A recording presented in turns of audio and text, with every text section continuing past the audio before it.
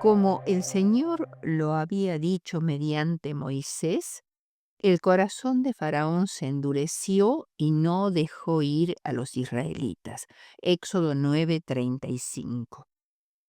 El endurecimiento del corazón de Faraón en ninguna manera fue un acto de Dios, sino más bien una elección deliberada de parte del rey. Aunque por sus crímenes este faraón, Amenhotep II, era un arrogante tirano que había perdido todo derecho a la misericordia de Dios, se le había preservado la vida para que mediante su terquedad el Señor manifestase sus maravillas en la tierra de Egipto. Dios pudo haber colocado en el trono a un rey más misericordioso, que no hubiera osado resistir las poderosas manifestaciones del poder divino, pero en este caso los propósitos del Señor no se hubieran cumplido. Permitió que su pueblo experimentara la terrible crueldad de los egipcios para que no fuesen engañados por la degradante influencia de la idolatría. En Éxodo 4:21 Dios dice: Yo empero endureceré su corazón, de modo que no dejará ir al pueblo. No fue ejercido un poder sobrenatural para endurecer el corazón del rey. Dios dio a Faraón las evidencias más notables de su divino poder, pero el monarca se negó obstinadamente a aceptar la luz. Toda manifestación del poder infinito que él rechazara le empecinó más en su rebelión. Al mantener su terquedad y aumentarla gradualmente, su corazón se endureció más y más, hasta que fue llamado a contemplar el rostro frío de su primogénito muerto. Es necesario comprender cómo actúa Dios con los seres humanos. Él, mediante sus siervos, les envía amonestaciones y advertencias censurando el pecado. Les da oportunidad de corregir sus errores antes que se arraiguen en el carácter. Pero si uno se niega a corregirse, el poder divino no se interpondrá para contrarrestar la tendencia de su propia acción. La persona va endureciendo su corazón contra la influencia del Espíritu Santo. Al rechazar después la luz, se coloca en una posición en la cual aún una influencia mucho más fuerte será ineficaz para producir una impresión permanente. Toda simiente de complacencia propia que se siembra dará fruto. La experiencia, la educación, la práctica de una vida pecaminosa de complacencia amoldan tan completamente el carácter que impiden recibir la imagen de Jesús. Patriarcas y Profetas 2:72 y 2:73. Pueden aducirse razones por las cuales Faraón se negaba a liberar a los hebreos de su esclavitud. Primero, porque pensaba que los hebreos pudieran representar una amenaza militar, aliándose a los enemigos de Egipto. Pero lo más posible es que la razón de la negativa fuera puramente económica, ya que los hebreos eran mano de obra barata y no querían perder las ventajas financieras que les reportaba. El segundo punto es Dios versus los dioses. La idolatría incluye tanto la adoración de falsos dioses en diversas formas como la adoración de imágenes que pretenden ser como símbolos de Yahvé o Jehová. La idolatría se practicó desde muy temprano en la historia. Los antepasados inmediatos de Abraham servían a dioses extraños según Josué 24:2. Los patriarcas se dedicaron a la adoración monoteísta de Jehová, pero miembros de sus familias fueron influidos a veces por la idolatría. Fue un pecado frecuente en Israel. El paganismo cananeo era popular por causa de sus bajas normas éticas en contraste con las elevadas de la religión hebrea. El problema de la idolatría era tan grave en la antigüedad que los primeros dos mandamientos del Decálogo se ocupan en forma muy definida de esta fase de la vida religiosa. Aún hoy, la verdadera naturaleza de la religión egipcia es muy oscura. Se debe distinguir entre las deidades locales, mayormente identificadas con animales como el gato, la rana, el cocodrilo, y las deidades nacionales como Ra y Osiris. Osiris fue primero el dios del Nilo, luego el dios de la fertilidad y finalmente el señor del mundo subterráneo o de los muertos. Ra, el dios del sol, fue adorado por muchos siglos en la ciudad de On, en Egipto, también llamada Heliópolis por los griegos, que quiere decir ciudad del sol, cerca de Memphis, pero en el período del imperio Amón, el dios con cabeza de carnero de Tebas, llegó a ser el principal dios de Egipto y llegó a identificarse con Ra, llamándose Amón-Ra. Horus, con cabeza de halcón, era el dios de la reyesía, o sea, de los reyes. Ator, la diosa vaca, era la patrona del Sinaí y de Biblos. Tot era el escriba de los dioses y tenía cabeza de ibis, que es un ave. Y Anubis, el guía de los muertos, tenía una cabeza de chacal. Construyeron grandes templos a los dioses, les llevaban sacrificios para que pudieran subsistir y celebraban fiestas en su honor, durante los cuales se llevaban en procesión sus emblemas. Todas las fuerzas de la naturaleza, animadas o inanimadas, actuaban bajo la jurisdicción de uno o varios dioses. Los egipcios sentían la necesidad de apaciguarlos para recibir las bendiciones de la existencia. También creían en una vida después de la muerte. Sostenían que si después de muertos se podía pasar un riguroso examen de su vida sobre la tierra, continuarían la vida terrenal en el mundo subterráneo o inframundo. Por ello, preservaban los cuerpos de los muertos embalsamándolos. Amón, cuyo nombre significa el oculto, originalmente fue el dios local de Tebas, como lo dice Jeremías 46:25, que también se llamaba No Amón. Llegó a ser el dios principal de Egipto desde la dinastía 18 en adelante. Se lo identificaba con el dios Sol Ra, por lo cual se lo llamaba Amón-Ra, y era considerado el rey de los dioses. Con su consorte Mut, que quiere decir madre, y su hijo Khonsu, que era un dios eh, mm, digamos, de esa manera conformaba la tríada tebana. El animal sagrado para Amón era el carnero, por ello a esta deidad se la dibujaba con cabeza de carnero. El faraón era llamado el buen dios Horus y era considerado como el hijo corporal de Ra. Los dioses eran capaces de odiar, amar, herir y matar, y a su vez ser heridos y muertos.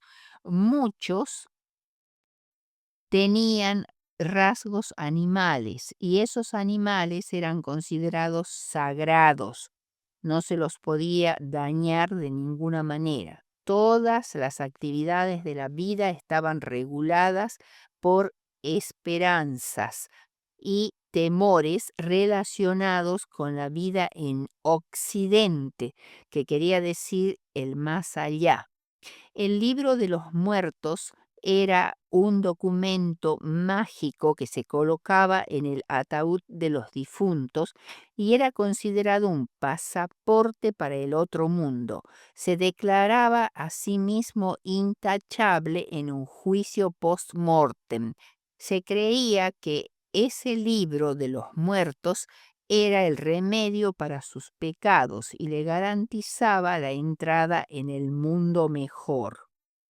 Para los egipcios, lo mismo que para los cananeos o babilonios, las deidades se escondían en los árboles, se encarnaban en los animales, habitaban en las montañas y los bosques, descargaban su ira caprichosa en forma de tormentas, granizos, rayos, enfermedades, accidentes, guerras, por lo cual ante su arbitrario poder, los hombres vivían constantemente aterrorizados por el miedo. Por ello se rodeaban de ritos, conjuros, ensalmos, oraciones y sacrificios. Por todo esto, las batallas venideras iban a ser entre el Dios vivo y los dioses egipcios. El Señor no lucharía contra los egipcios ni contra Egipto, sino contra sus dioses, como dice Éxodo 12:12. Esto puede entenderse mejor cuando se recuerda que muchos animales eran endiosados y adorados, entre ellos el sagrado buey Apis, un animal primogénito, los carneros, las vacas, cocodrilos, serpientes, etcétera. Por ello, en el versículo 10, en obediencia al mandato de Dios, presentaría milagros como credenciales de que eran mensajeros del Dios Altísimo. Si Faraón demandaría sus credenciales, le fue dada la orden expresa de exhibir la primera señal, que era tomar su vara, es decir, el cayado de pastor que llevaba Moisés, y arrojarla al suelo, que se convertía entonces en una culebra. Entonces los hechiceros que estudiaban la magia asiduamente en Egipto arrojaron también sus varas, que se volvieron serpientes, como la vara de Aarón. Ni los magos ni Satanás mismo podían crear vida, ya que esta es prerrogativa que pertenece solo a Dios. Fue una falsificación, pero para la vista humana las varas se convirtieron en serpientes. Entonces el Señor hizo que la serpiente verdadera se tragara a las falsas. Sin embargo, Faraón no lo consideró como que ese era el poder de Dios, sino que era el resultado de una magia superior a la de sus siervos.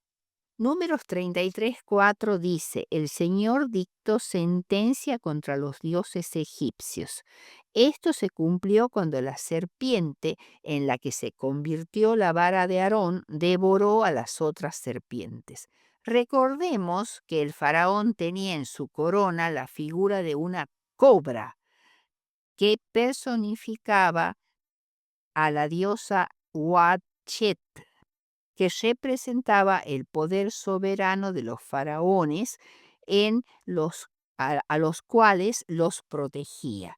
Cuando la serpiente de la vara de Aarón devoró las falsas serpientes, quedó demostrada la supremacía de Dios sobre la magia y la hechicería egipcias. A pesar de tal manifestación del señorío y poder de Dios, de los hebreos sobre Egipto, que Él tiene el poder y la autoridad soberanas, a pesar de todo eso, el corazón de Faraón se endureció cada vez más.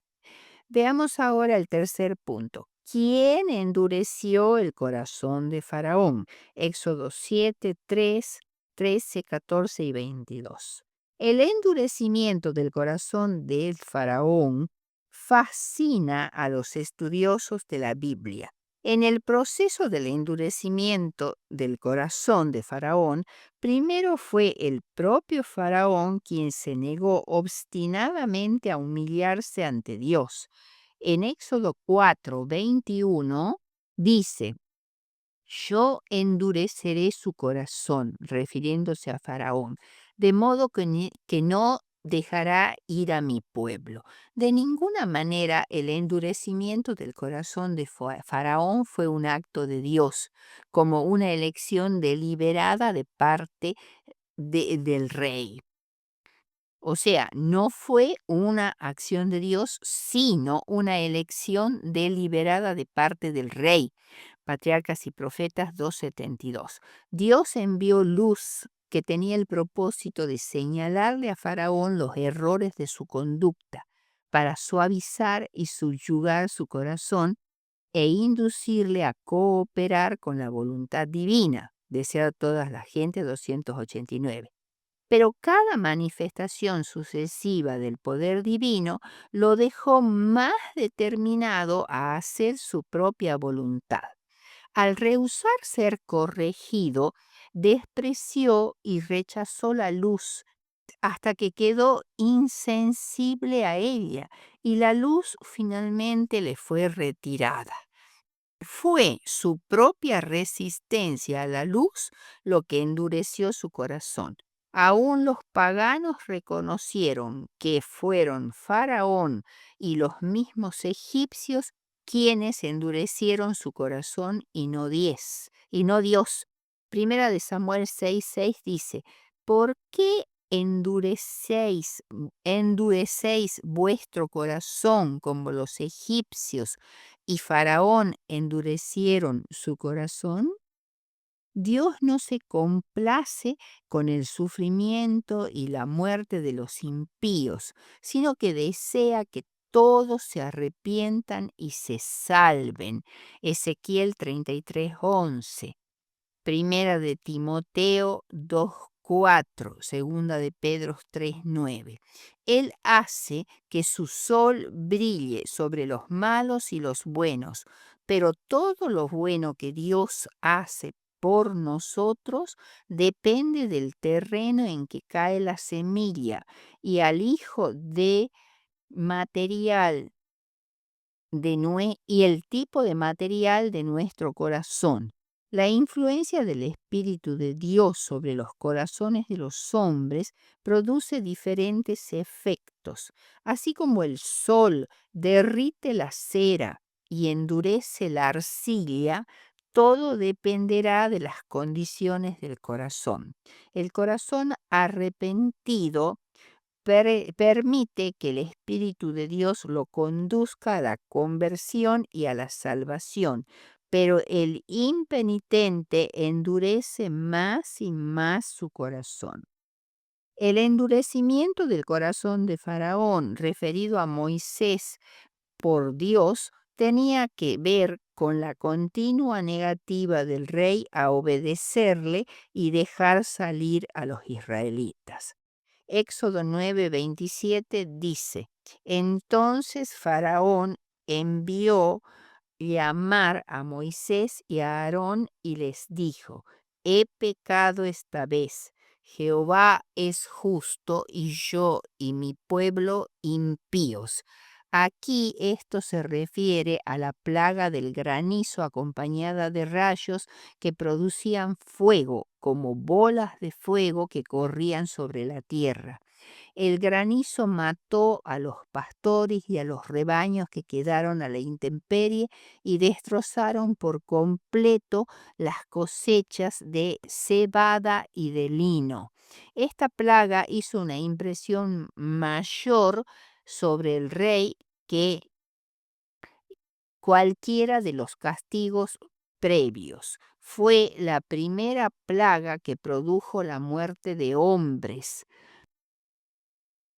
y la más llamativa y terrible manifestación del poder divino que él había experimentado hasta entonces.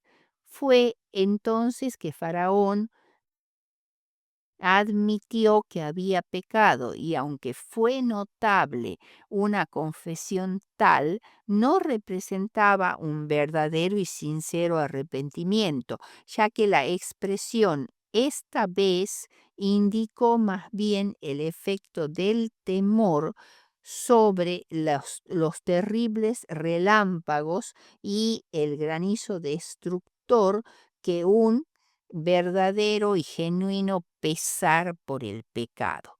Sabiendo Moisés que la actitud del rey permanecería tan inexorable como siempre, ya que el temor de Faraón era de la clase del que sienten los demonios, pues ellos también creen y tiemblan, como dice Santiago 2:19.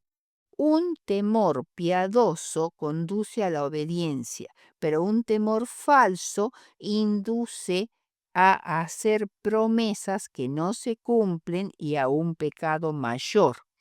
Efectivamente, después que Moisés salió y oró extendiendo sus manos, cesó la plaga. Éxodo 9:24 dice que Faraón, sus eh, que Faraón se obstinó en pecar, endureció su corazón, como Moisés lo había predicho. Es inútil el arrepentimiento que proviene del temor.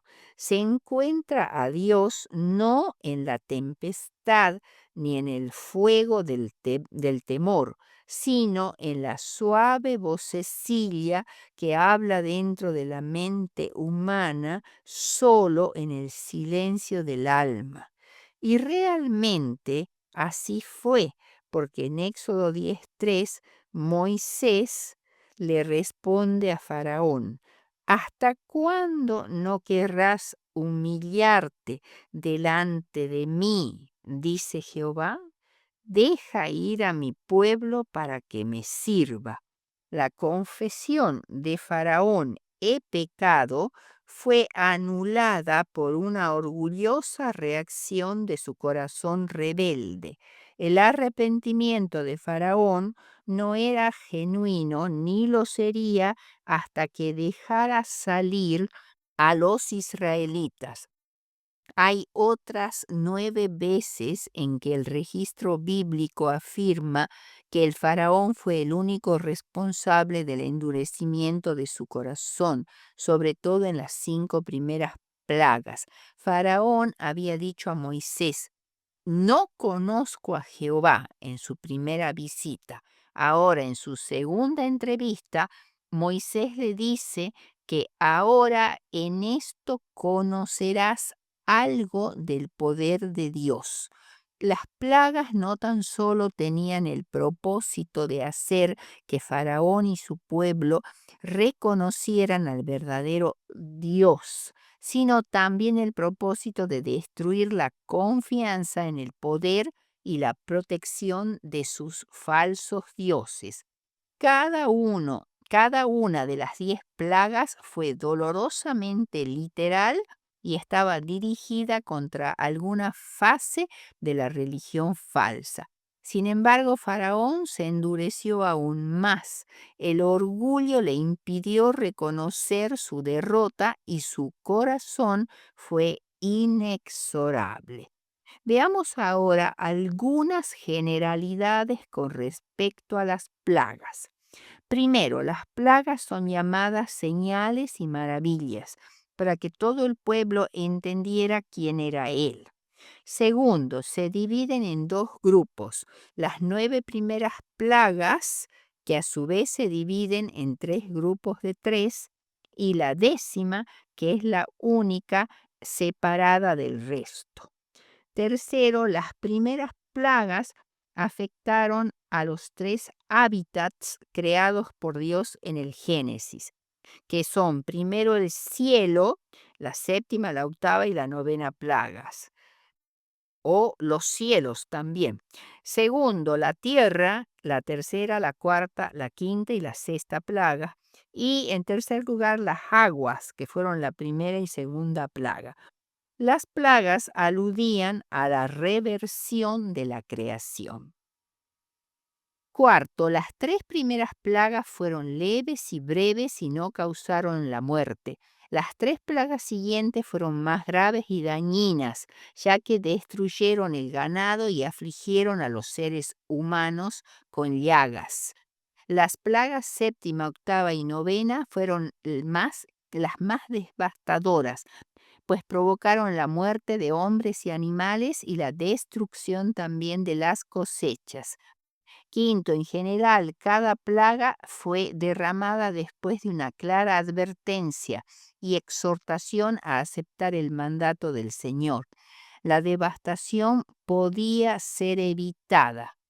Sexto, antes de las plagas 3ª, 6ª y 9ª, hubo poca o ninguna confrontación con el faraón. Séptimo, las 3 primeras plagas cayeron sobre los egipcios y los israelitas, pero las restantes fueron derramadas solo sobre los egipcios. Octava, la última plaga fue la más destructiva, pues cada familia que no estaba bajo la protección de la sangre del cordero se vio afectada por la muerte de su hijo primogénito. Noveno, después de la plaga 6ª, el Señor endureció el corazón de Faraón, como dice Éxodo 9:12. Durante las primeras 5 fue el Faraón el que endureció su propio corazón. 10, los magos solo pudieron imitar las 2 primeras plagas. Cuando se produjo la tercera, declararon acertadamente: dedo de Dios es este. Éxodo 8:19. ¿Cómo se agrupan las plagas? En primer lugar, la primera y la segunda relacionadas con el río Nilo. Luego, la tercera y la cuarta relacionadas con insectos voladores, mosquitos y moscas. La quinta y la sexta que producen enfermedades que afligen a los animales y a los seres humanos. La 7ª y la 8ª son daños infligidos a las cosechas. La 9ª y la 10ª relacionadas con las tinieblas, una en la oscuridad física y otra con las tinieblas de la muerte de los primogénitos. Estas calamidades estaban relacionadas con el juicio de Dios contra los dioses egipcios y contra los que se aferraban a ellos. Dios quería dejar claro que había una gran diferencia entre quienes lo siguen a Él como el Dios verdadero y los que se oponen a Él. Veamos entonces las 3 primeras plagas que cubre Éxodo 7:14 a 8:19. En vista de que el corazón de Faraón estaba endurecido y el milagro de la vara convertida en serpiente no impresionó su obstinado corazón, Dios envió nuevamente a Moisés y a Aarón para advertirles acerca de la primera plaga. Ve por la mañana a Faraón. Tebas era la capital del país durante el gobierno de los faraones de la 18ª dinastía, que eran estos. Pero es difícil pensar que Moisés realizaría sus milagros o los milagros de Dios a centenares de kilómetros al sur del delta del río Nilo, donde estaba situada la tierra de Gosén, donde vivían los israelitas. El Salmo 78:43 dice: cuando puso en Egipto sus señales y sus maravillas en el campo de Zoán. Puesto que Zoán es la antigua Tanis o Ábaris en la parte oriental del delta del Nilo y es una ciudad construida 7 años después de Hebrón en Palestina, por lo cual es muy antigua. Puede ser que el faraón estuviera residiendo por un tiempo en Tanis o cerca de ella durante el tiempo de las plagas, ya que se sabe que había palacios reales en varias partes del país. Él sale al río.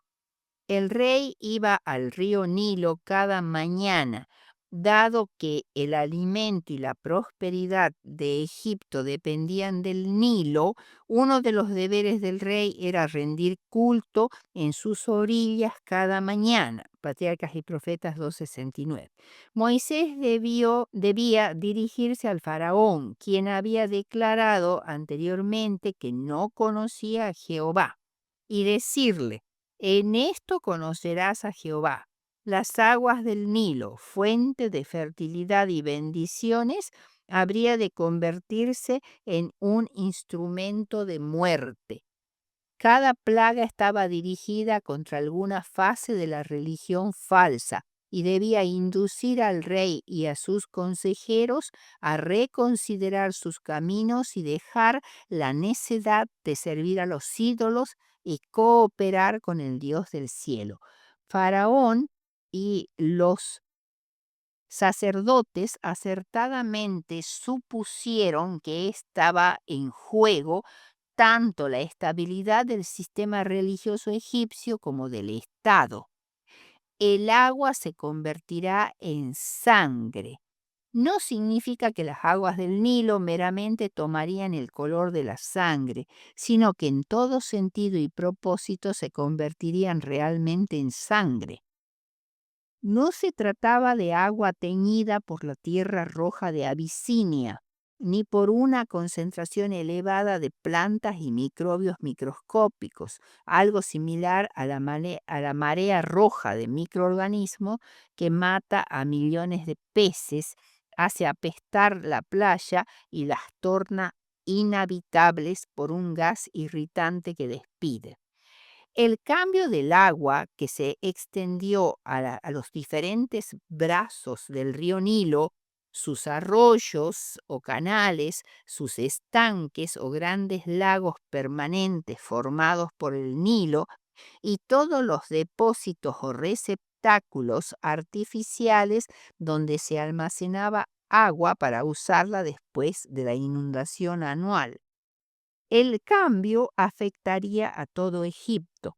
Los magos fueron nuevamente consultados y estos nuevamente falsificaron el milagro y que dio la impresión de que transformaban el agua en sangre, por lo menos cierta cantidad de agua. Si estos hombres tenían el poder que pretendían tener, habrían podido convertir en agua normal las sangrientas aguas del Nilo. Aparentemente satisfecho con la imitación del milagro y convencido de que Moisés y Aarón eran meros magos que poseían poderes ligeramente superiores a los de sus propios magos, despidió a los mensajeros de Dios y se volvió a su palacio sin preocuparse de lo que sufriría su pueblo privado de la provisión vivificante de agua. Sufriendo grandemente, los egipcios de todo el país cavaron pozos para satisfacer sus necesidades durante la emergencia. El agua de pozo en Egipto, debido al terreno salitroso, tiene un gusto amargo y salobre, pero fue suficiente para beber y cocinar durante la plaga que duró 7 días. Según Éxodo 7:25, los hebreos no son mencionados cavando pozos en procura de agua, por lo cual la provisión de agua de ellos parece no haber sido afectada por la plaga. Veamos ahora la segunda plaga. Dios, a pesar del corazón endurecido de Faraón, le dio otra oportunidad. El Señor enfrentó esta vez directamente a Eket, el dios de las ranas, mientras que La primera plaga había sido contra Api, dios del Nilo. Fue anunciada para que cuando ocurriera no se la tomara como un evento natural o una mera coincidencia. Para los egipcios las ranas eran animales sagradas. Eket era una diosa con cabeza de rana que se suponía tenía poder creador. La plaga tenía el propósito de castigar a los opresores de Israel y además inducir el desprecio sobre sus dioses paganos. La gran multiplicación de ranas haría que la diosa Eket apareciera no solo como ridícula, sino aún como maligna. Nos resulta difícil comprender la severidad de esta plaga, que todo el país estuviera lleno de estos repugnantes seres, no poder caminar por las calles sin pisar ranas, encontrarlas ocupando las casas, el dormitorio y sobre la cama, escuchar continuamente su triste croar. Estar en continuo contacto con ellas, sintiendo su repulsiva piel fría, húmeda y pegajosa. Era simplemente para poner a prueba la estabilidad mental de cada egipcio. Aunque los magos egipcios eran capaces de imitar la nueva plaga, no podían eliminarla. Faraón se vio obligado a llamar con urgencia a Moisés y Aarón para que intercedieran con el Señor a quien decían conocer. Se vio así obligado a reconocer la impotencia de sus propios dioses y clamar por ayuda al Dios de los hebreos. Moisés le pidió que fijara el tiempo para la eliminación de las ranas para testificar así el innegable poder de Dios. Faraón, humillado, designó el día siguiente con la secreta esperanza de que en el intervalo desaparecieran las ranas por sí solas, liberándolo de esa manera de la amarga humillación de tener que someterse al Dios de Israel. La plaga, sin embargo, continuó hasta el tiempo señalado, en el cual en todo Egipto murieron ranas, pero permanecieron sus cuerpos putrefactos, corrompiendo el aire. El Señor podría haber convertido las ranas en polvo en un momento, pero no lo hizo. No fue que una vez eliminadas, el rey y su pueblo dijeran que habían sido el resultado de hechicería y encantamientos como los que hacían los magos egipcios. Cuando las ranas murieron, y fueron juntadas en montones, el rey y todo Egipto vieron que no eran obra de magia, sino ranas verdaderas, un castigo enviado por el Dios del cielo. La tercera plaga en Éxodo 8, 16 al 19, cuando Faraón experimenta la plaga de las ranas y después experimenta el alivio de que Moisés las haya hecho desaparecer, su espíritu rebelde predominó otra vez y no quiso dejar ir a los israelitas. Despreció las riquezas de la benignidad, paciencia y longanimidad de Dios y acumuló para sí ira para el día de la ira, como dice Romanos 2, 4 y 5. Entonces Dios envió a Faraón que golpeara el polvo de la tierra con su mano y se convirtió en piojos por todos los ámbitos de Egipto. No se puede saber con exactitud qué tipo de insecto era, pero probablemente serían jejenes o mosquitos poco visibles por su pequeñez, pero con un aguijón que producía una irritación sumamente dolorosa de la piel. Los magos no pudieron sacar piojos del polvo con sus encantamientos y aparentemente renunciaron a la desigual competencia por propia elección. Dios obviamente los detuvo, impidiendo la imitación del milagro, poder divino, y los magos reconocieron que su propia impotencia diciendo, dedo de Dios es este, con lo cual, aún sin quererlo, unieron sus fuerzas con Moisés y Aarón. Sin embargo, Faraón se mantuvo firme y el orgullo le impidió reconocer la derrota. La plaga parecía estar dirigida contra Geb, el dios egipcio de la tierra. Cuarta plaga, moscas, ganado, perdón, vamos a ver acá en este apartado tres plagas, moscas, ganado y úlceras. Éxodo 8:20 a 9:12. Aquí viene el segundo grupo de tres plagas, cada una de las cuales fue precedida por una advertencia. Cada plaga sobrepasaba por lo general la severidad o rigor de la precedente. Veamos primero la cuarta plaga, es la plaga de las moscas, que se identifican con los tábanos, que son un insecto grande y venenoso que suele prenderse particularmente de los bordes de los párpados humanos. Aquí se presenta un nuevo hecho que distingue que esta plaga de las anteriores. Los hebreos en la tierra de Gosén no sufrirían la invasión de los tábanos, y esto era una evidencia adicional del carácter milagroso de los castigos celestiales.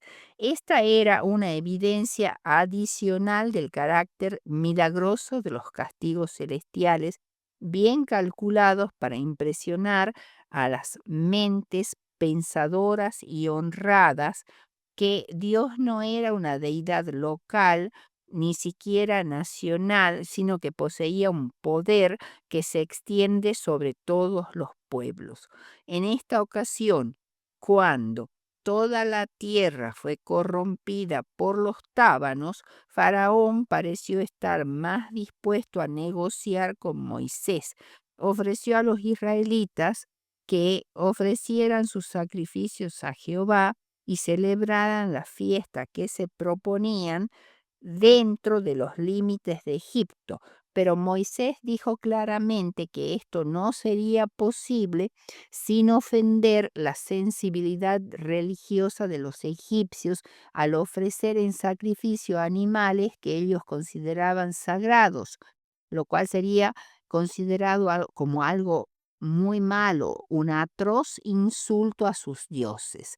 Watchet era la diosa egipcia de las moscas y de los pantanos, y el dios Jepri, la deidad del sol naciente, la creación y el renacimiento, era representado con la cabeza de una mosca. Faraón aceptó y prometió dejar ir al pueblo al desierto para que sacrificara, si se contentaban con no ir demasiado lejos, después que Moisés y Aarón libraron a su pueblo de la temida plaga de las moscas. La razón verdadera para no dejar ir a Israel era el temor de perderlo completamente. Moisés le ofreció la solución alternativa de ir tan solo 3 días de camino por el desierto, y Faraón aceptó aparentemente, con la promesa de Moisés de que las moscas desaparecerían el día siguiente, con tal que Faraón no faltara a su promesa. Pero sucedió lo mismo que con las otras plagas. Cuando desaparecieron las moscas, Faraón endureció nuevamente su corazón y no dejó ir al pueblo de Israel. La quinta plaga en Éxodo 9:17. En esta plaga, por primera vez son afectadas las propiedades de los egipcios que empobrecerían a los súbditos del faraón. Quizás de esta manera afectaría más a Faraón esta plaga. Fueron afectados los caballos, los camellos, las vacas y las ovejas, con grandísima peste que solo afectaba al ganado. Esto sería no algo común a los animales, sino de carácter milagroso por su anuncio previo, su aparición en el día señalado y por su gravedad, por el hecho de que los animales de los hebreos no fueron afectados. Se fijó un tiempo definido, mañana, y se dio un tiempo para que los que creyeran a Moisés recogieran sus animales del campo. Como consecuencia de la plaga murió todo el ganado que estaba en el campo. Muchos egipcios habían retirado su ganado del campo porque habían sido impresionados por el poder de Dios y por las catástrofes que se precipitaban en rápida sucesión. Hathor, la diosa egipcia del amor y la protección, era representada con cabeza de vaca. El dios toro Apis también era muy popular y apreciado por los egipcios. Era un toro, un buey, también se lo llama. Por lo tanto, estas deidades principales fueron derrotadas por la quinta plaga.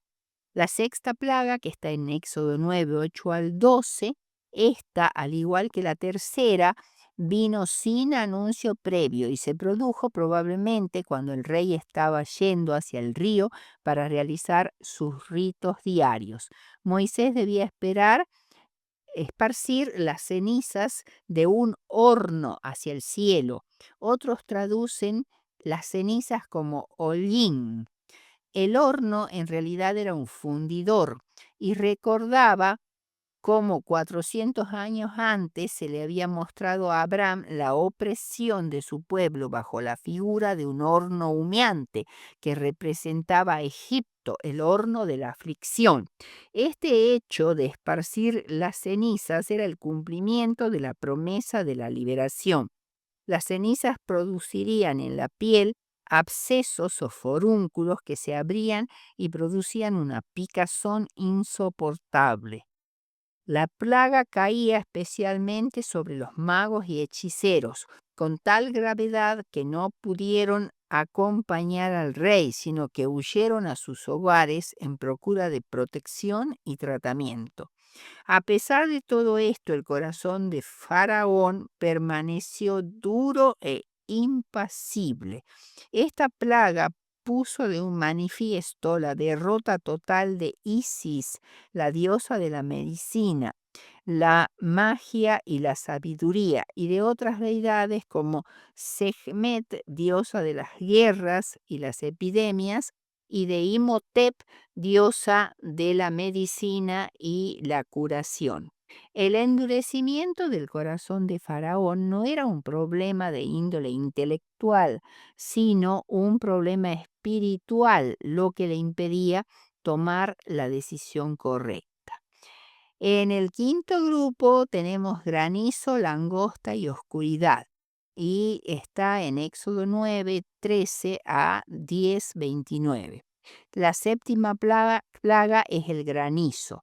Como la sexta plaga no tuvo efecto sobre el duro corazón de Faraón, Moisés es enviado a presentarse una vez más delante de él para advertir de otros y más tremendos castigos celestiales. El mensaje era que Dios enviaría sobre él ahora castigos aún más severos, plagas de mayor intensidad y en rápida sucesión, destinadas principalmente a su obstinado y terco espíritu.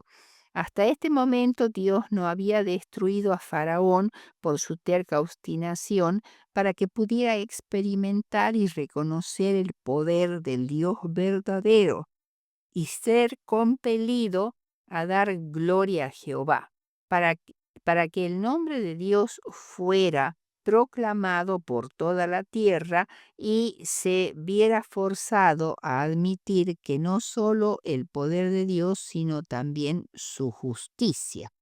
Los egipcios acostumbraban a no registrar los sucesos adversos, por lo cual no dejaron ningún rastro del éxodo en sus monumentos, pero no pudieron evitar la propagación de los grandiosos sucesos en las otras naciones.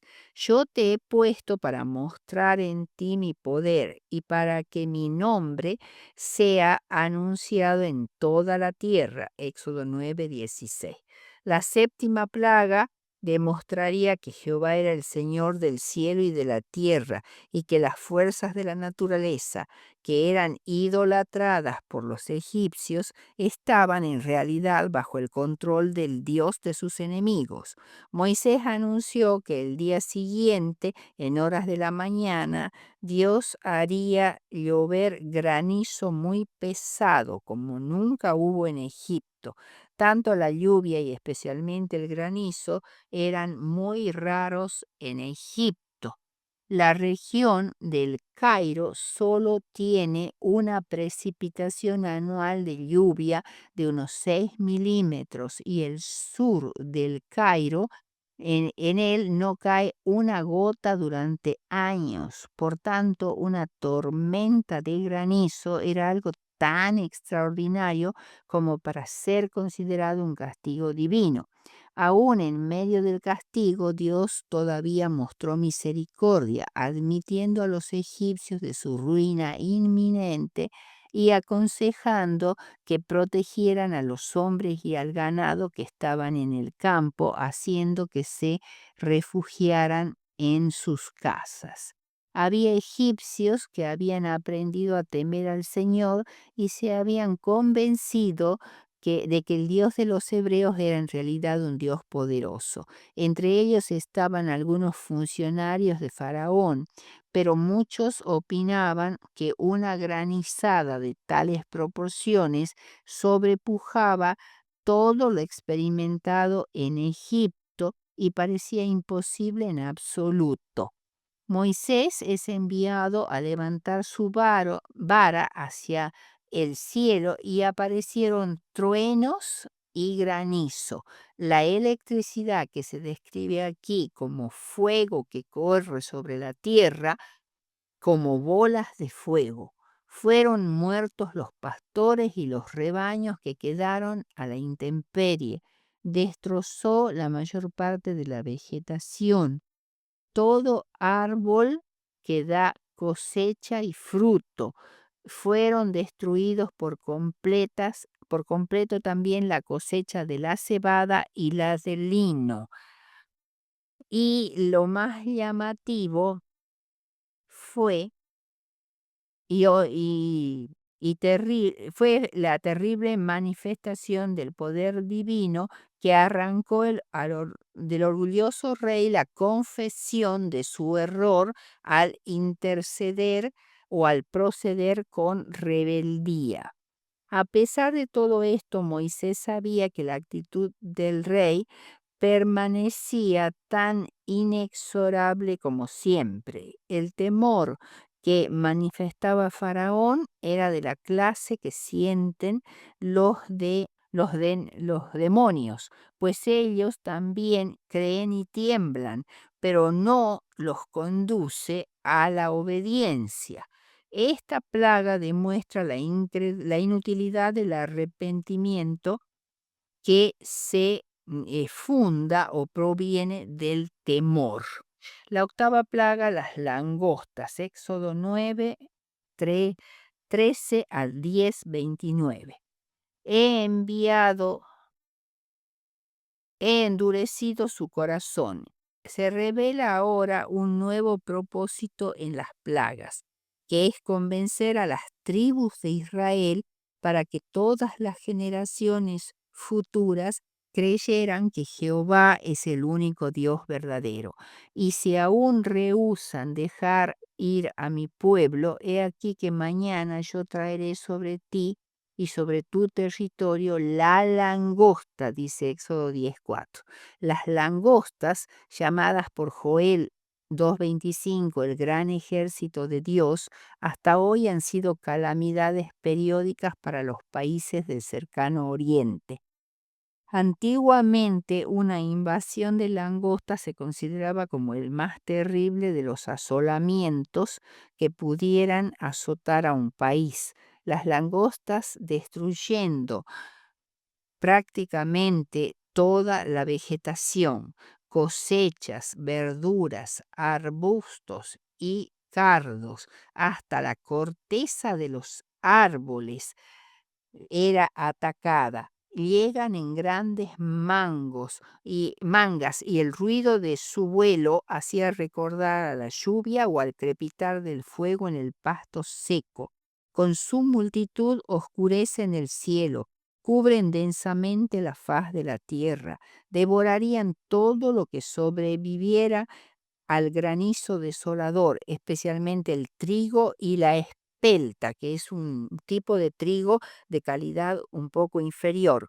Ciertamente no podía esperarse ningún producto de ninguna especie para ese año e inevitablemente vendría el hambre.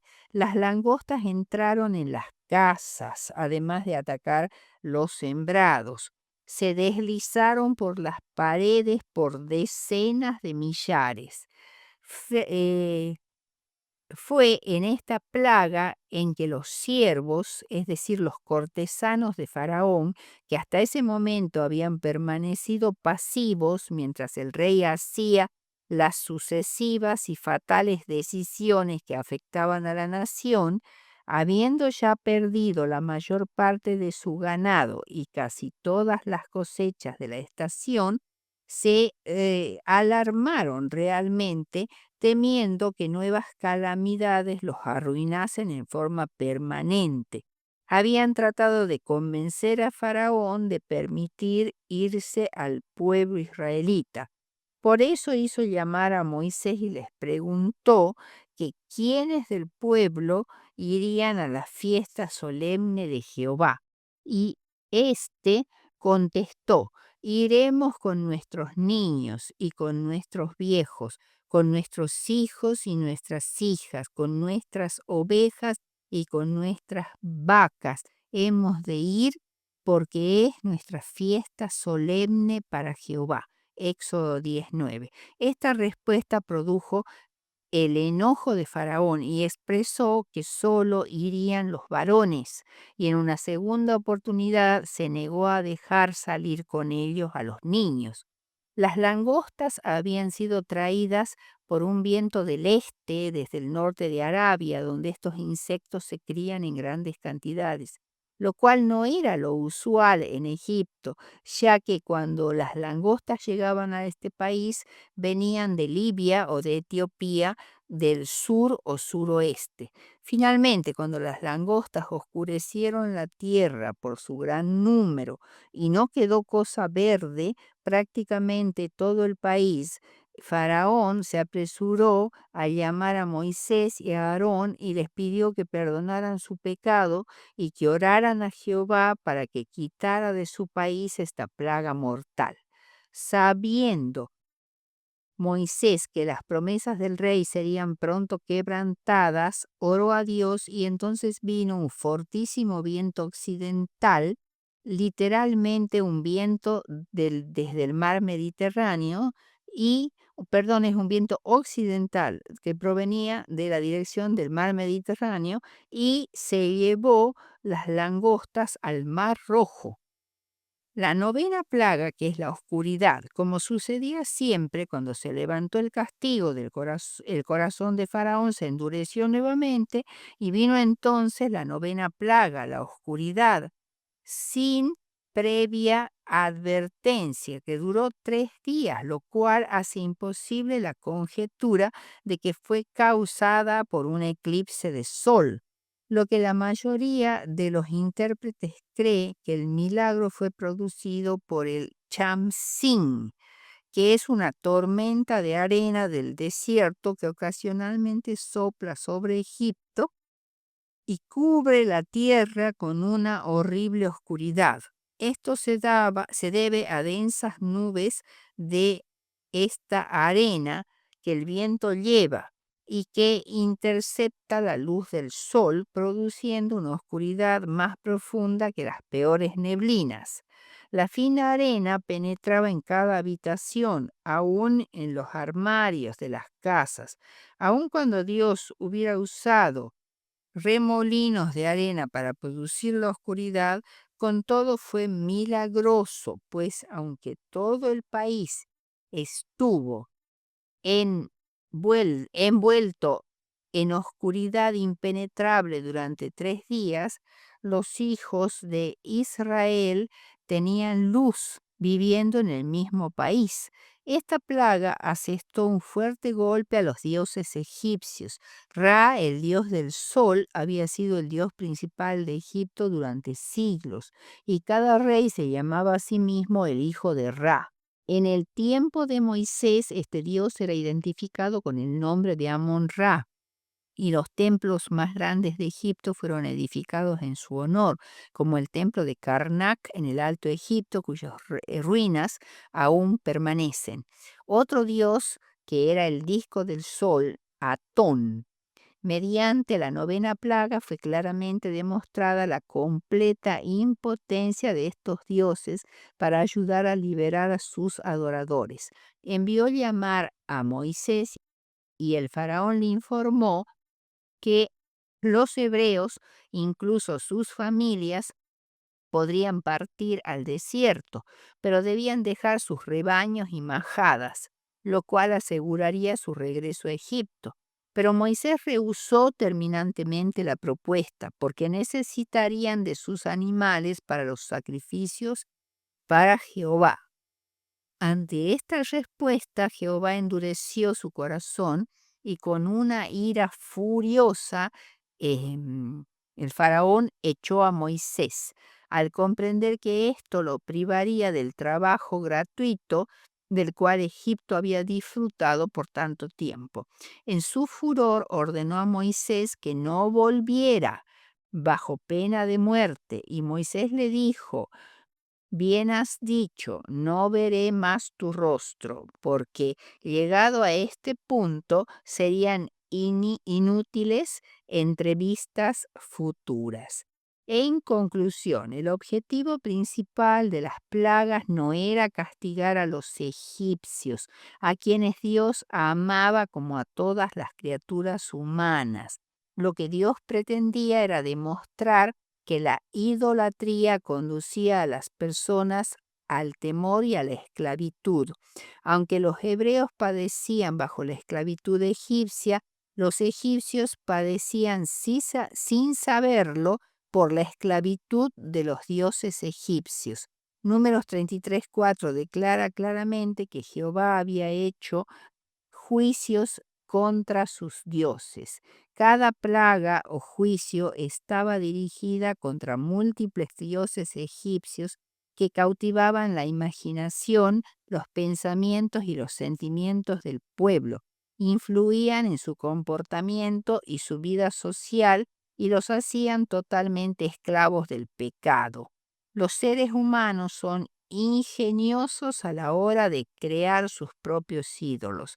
Prácticamente cualquier cosa puede transformarse en un ídolo, y la lección para nosotros hoy es alejarnos de toda idolatría por atractiva que ésta nos parezca.